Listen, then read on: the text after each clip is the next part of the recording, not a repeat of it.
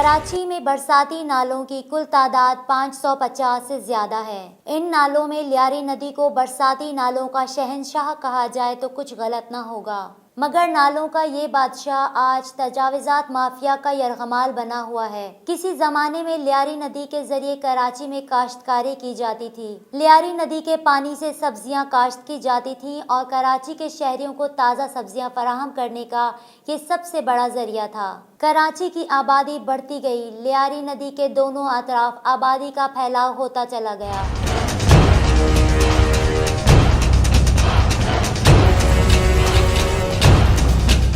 लियारी नदी कराची के वस्त में आ गई। इस नदी को सीवरेज के पानी के अखराज का सबसे बड़ा जरिया बना दिया गया। लियारी नदी से पानी के अखराज के तमाम रास्ते बंद होते चले गए। नदी के किनारों पर कच्ची आबादियां बसने लगीं। जब भी कराची में तेज बारिशें होती हैं, शहर की तबाही की सबसे बड़ी वजह ही लियारी नदी होती है।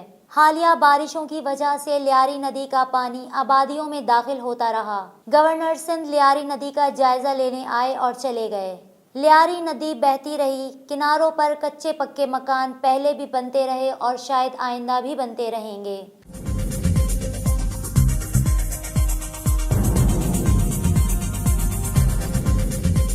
न्यूज़ से अपडेट रहने के लिए हमारे चैनल को सब्सक्राइब करें और बेल आइकन पर क्लिक करें।